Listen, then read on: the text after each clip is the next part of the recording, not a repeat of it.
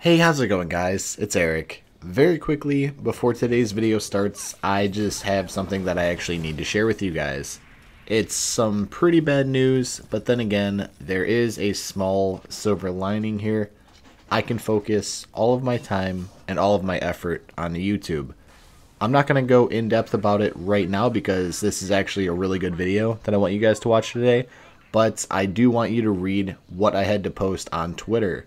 The link to the tweet will be at the top of the description if you guys want to go read that. So anyways, with that being said, I hope you guys enjoy the video. Within the Bioshock series, we've had a multitude of characters involved with each game's story. We've had our minor characters such as Kyle Fitzpatrick, Diane McClintock, Silas Cobb, and many more. Along with that, we've also had our fair share of main characters such as Andrew Ryan, Frank Fontaine, Elizabeth, Booker DeWitt, Sander Cohen, and many, many more. All of these characters are what make the entirety of the Bioshock series absolutely amazing. Everyone has their own backstory as to why they're in Rapture or in Columbia. So, in today's video, I'll be discussing which characters I'd personally love to see return in a new installment of Bioshock, along with the characters that you guys would really enjoy seeing again. So with that, sit back, relax, and I hope you guys enjoy today's video. For myself, I have 7 characters in particular that I'd love to see return. Now keep in mind that these characters that I've personally chosen aren't limited to just one game. That's why I've been putting so much emphasis on the series itself, and I suggest you do the same down in the comment section below. Also, these characters could either be dead or alive since Bioshock Infinite introduced the idea of the multiverse. So there's a possibility that these characters could return in theory. So the characters that I have personally chosen are Andrew Ryan, Atlas, Frank Fontaine, Bridget Tenenbaum, Sander Cohen, Elizabeth, and then finally Daisy Fitzroy. And now I'm going to go more in depth as to why. Andrew Ryan has some of the best backstory that I personally have ever read about in terms of a video game character. From fleeing Russia during the rise of the Soviet Union, to investing his entire fortune into making Rapture, actually creating Rapture and sustaining it for how long he actually did. It's absolutely incredible. I personally would have loved to see how Rapture looked in its heyday with Andrew Ryan leading it in full force. I'd love to be able to see how he interacted with everyone within the city during that time period and how he was as a person before the Civil War with Atlas. Now we move on to Frank Fontaine and Atlas, since they're the same person. I'd love to see them return just for the simple fact of how amazing both of their characters were in Bioshock 1. The fact that Atlas, the person you trusted since the very beginning of Bioshock, ends up using you to take over Rapture was absolutely incredible. Originally, when I played Bioshock for the first time many years ago, I never saw that plot twist coming. When Atlas revealed to you that he was Frank Fontaine, I was left with genuine shock.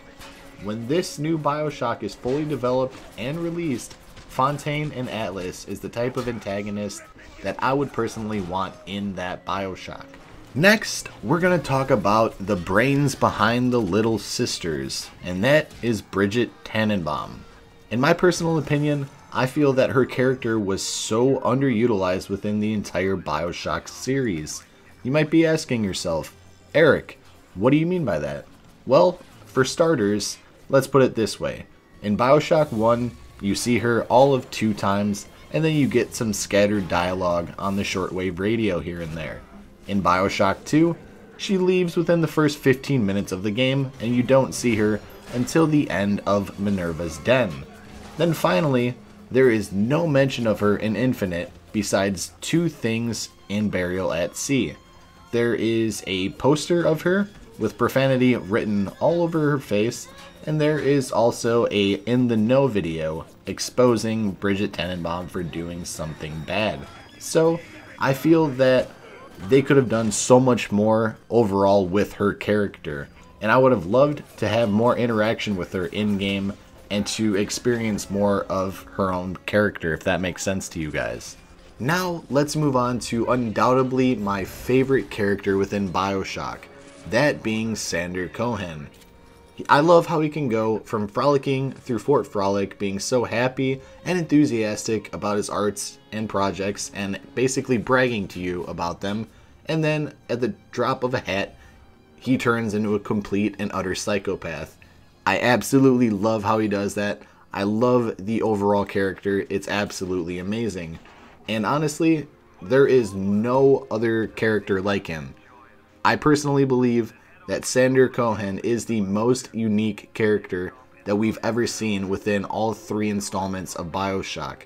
Let me know what you guys think about that down in the comment section below. And now it's time for almost everyone's favorite character from Bioshock Infinite, that being Elizabeth, and she is my favorite character as well. Wink wink. But anyways, not only does she have a lovely and beautiful character model, she provides you with complete happiness as you get to explore Columbia. Her innocence is basically what makes her such a unique character. She's fun, she's loving, she's caring, and it just provides something different that Bioshock needed, in my personal opinion. The most unique thing about her, though, is the fact that she can open those tears, see different things that aren't there, see different doorways, see things all throughout all of those doorways. To me, that's just completely badass, and that is why we all love Elizabeth. So I would love to see possibly a different universe where her and Booker are safe and free from harm. And of course, that's going to be excluding what happened in Burial at Sea, both episode 1 and episode 2. And it's going to be the same with this next character as well. This last character might seem a little odd to the majority of people watching this, but I would absolutely love to see Daisy Fitzroy return in some way, shape, or form. Again, of course, this is excluding what happened in Burial at Sea episode 2. I feel that in Bioshock Infinite, she was one of the strongest characters within the game when she had time in the spotlight. She was a badass revolution leader and could have had the potential to become one of the best female characters in all of video games if given the chance. As mentioned earlier with Tenenbaum, I feel that her character was so underutilized. I would have loved to fight with her as Booker to help the Vox Revolution. Honestly, I would have loved to have had her just be more involved with the game itself. I wanted to see more character progression with her. I wanted to fight with her. I just wanted Daisy Fitzroy to be in the game more than what she actually ended up being in. So guys, that does it for today's video. Let me know what you thought, as well as which characters you would like to see return in a future Bioshock game down in the comment section below. If you enjoyed the video, would you kindly leave a like on the video and turn on notifications to never miss a new video or a live stream. If you're new here and enjoy the content that I create, would you kindly subscribe to help the Rapture family grow? And if you want to talk to me outside of YouTube about anything gaming or life related, would you kindly follow me on Twitter? The link will be down in the description below. Thank you guys so much for watching today's video, and with that being said, I'll talk to you guys in the next one. Take care.